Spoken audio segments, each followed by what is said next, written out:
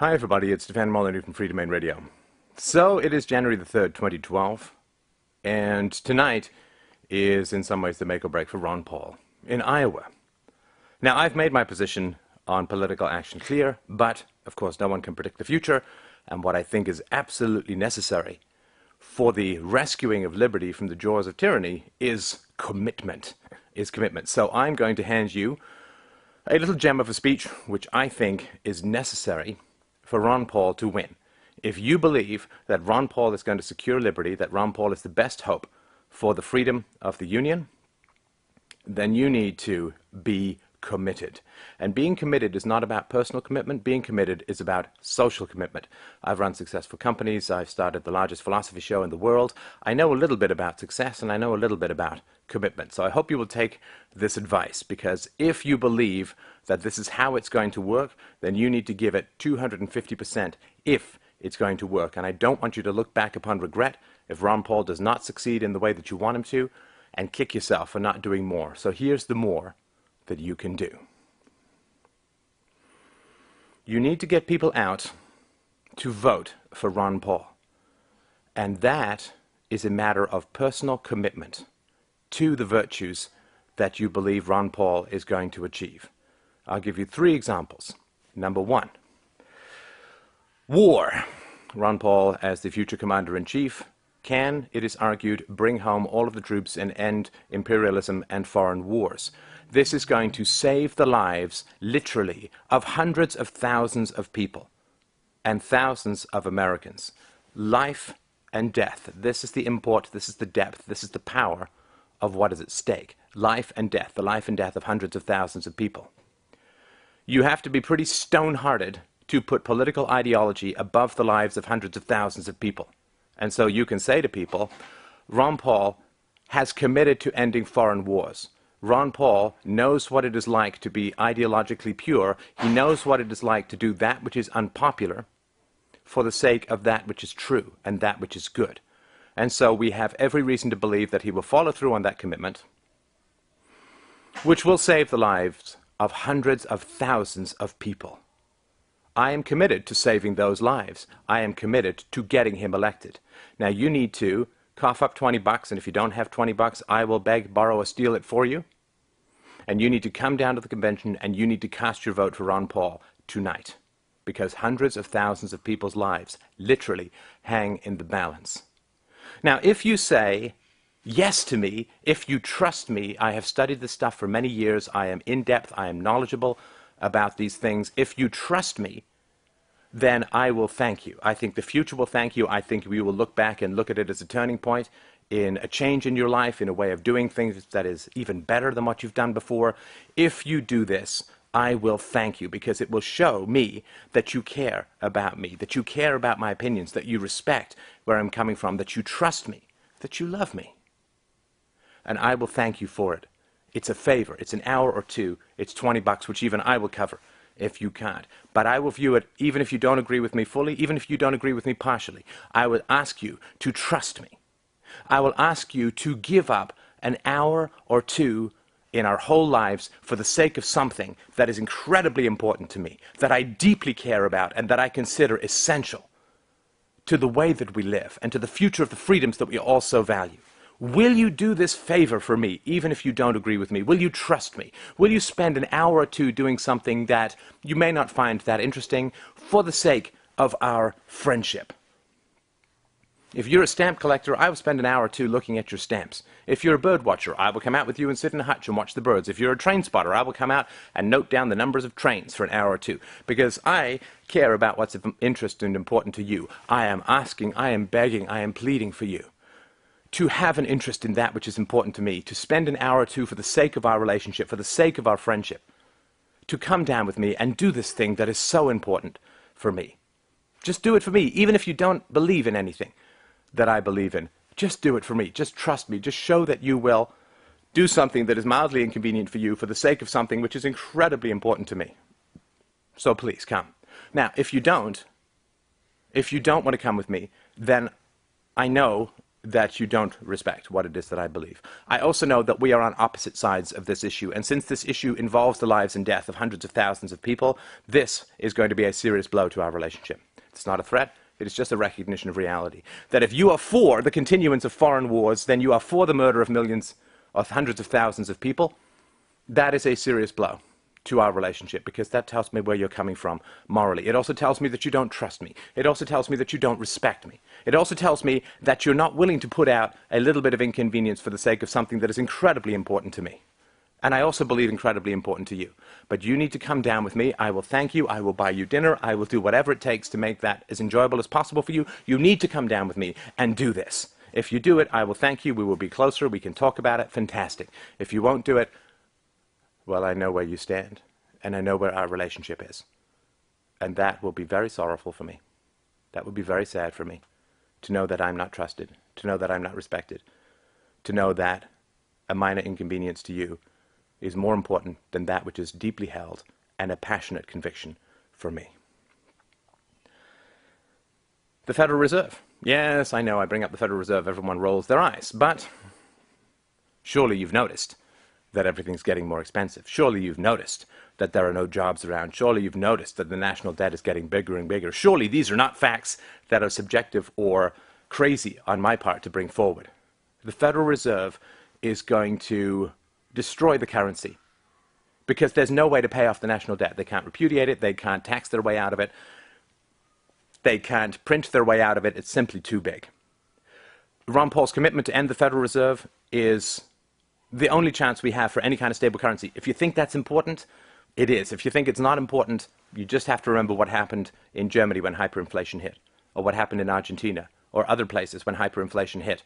It is a road to tyranny, because people panic, their bank accounts evaporate, the poor can't eat, food is too expensive, gas is too expensive, the economy grinds to a halt. Money is the lifeblood of the economy. If you corrupt the money, you corrupt the economy. If you destroy the money, you destroy the people. Because everything that we do, the cities that we have, everything is reliant upon sound currency. All the economic transactions that bring food into cities, that bring gasoline from overseas, that pay people, that is money in the bank, that is life savings, that is people's blood, sweat, equity from their entire lives, is at risk of evaporation if the Federal Reserve continues to create the kind of money, the massive amounts of monopoly money that it has over the past few years. This is important. Just because you can't see it yet doesn't mean it's not going to happen. A smoker smokes for a long time, decades possibly, before he gets sick, if he's going to get sick. That doesn't mean it's not dangerous. That doesn't mean it's not bad. And this is even more certain than lung cancer. This is math. And I care about the stability of the economy. I care about people having jobs. I care about people's life savings not getting wiped out.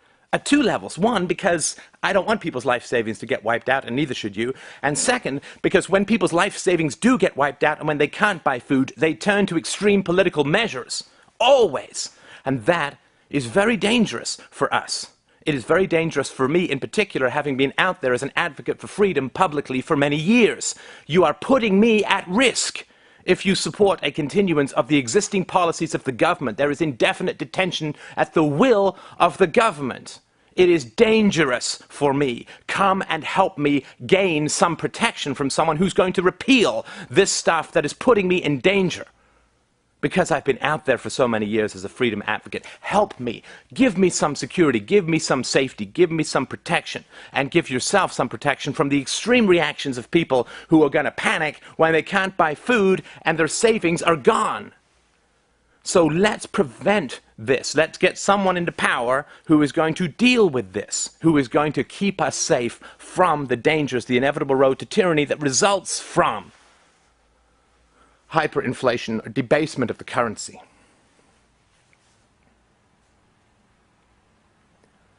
The drug war. Hundreds and hundreds of thousands of your fellow citizens are locked in abusive, destructive, repulsive, degrading cages for the innocent act of carrying and smoking pieces of vegetation that some people don't like.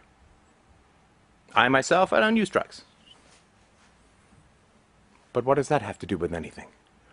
There are hundreds of thousands of people who are caged, in cages, their lives destroyed, having to check off criminal records for the rest of their lives smashed into atoms by the callous brutality of a prohibition against that which people disapprove of, in the same way that temperance unions disapproved of alcohol and foisted prohibition upon the nation. We all know how that went. That was a massive invitation for organized crime to come in and take control of society. There was almost no organized crime before Prohibition. Prohibition created the incentive for organized crime. It has drawn thousands and thousands of young people into a life of crime, because we have, on the one hand, very little job opportunities for them because of the death of manufacturing, and on the other hand, we have the incredible short-term incentive gains of the drug war. It has caused a corruption of the police force. It has added to the national debt. It has caused an increasing militarization of the police force in America. It has created huge problems internationally as America bombs fields in Colombia and Mexico and supplies arms to people out there, both the government and the criminals. It has caused a massive degradation. It has added to the national debt. It is catastrophic. And anyone that you know could be picked up by this craziness. You don't think that cops ever plant drugs on anyone they don't like? I am at risk for this kind of treatment, for this kind of behavior. This has to end. We have to set these people free. This is a way to deal with the budget issues. This is a way to deal with civil liberties issues. And if you are not going to support Ron Paul with me today, if you are going to avoid that hour or two of inconvenience that I'm asking you, I'm begging you, I'm pleading with you to provide to me, to provide to the country, to provide to the future, to lay the foundation for the security and freedom of tomorrow, then I know that you are for innocent, peaceful people being locked in abusive, degrading, destructive, inhumane cages. And that is a serious blow to our friendship, because I don't think that I can actually respect someone who is for the murder of hundreds of thousands overseas, who is for the kidnapping and imprisonment and locking in cages of peaceful people, and who is for inflation, which robs from the poor, for the coming instability of a currency crash, which has been predicted. Hey, don't listen to me. There are thousands of experts out there saying exactly what I am saying. I am not making this up. This is a fact. It has happened before in history. It will happen again in history, but I damn well do not want it to happen here. Because this is the shining city on the hill. This is the bastion of freedom. This is the last and best hope of mankind. Here. Because if tyranny happens here, the lights go out across the world. The lights go out across the world. Because this was the noblest and freest experiment in history. This was the city on a hill built on the foundation of principle, of property rights, of non-aggression, of the peaceful and voluntary interaction, trade, and resolution of conflicts between citizens, of a tiny government, of a minimal government, of a minuscule government, which has grown and swollen like a cancer until it is going to overwhelm and slaughter the body politic. If we cannot be free, none can be free. And you need to come down with me tonight, and you need to put that checkbox in. That is all I am asking. And you can mock me and berate me until the end of time. But I'm just asking for an hour or two. I've made my case. I hope that you will accept my case. If you do not accept my case, don't do it because you believe it's right. Just do it for me. Just do it for me. Sometimes your doctor will tell you to do stuff that seems counterintuitive, that is painful. Go for rehab if you break your leg. It's really painful and it's hard. But you do it because you trust the doctor. I have studied this for many years. I am passionately out there in public, trying to forward the ideals of liberty. Just do it for me. Do it for our friendship. Do it for the credit that I have built up as a friend of yours for many years. Please, please, please come down with me. Mark that checkbox. Set us free.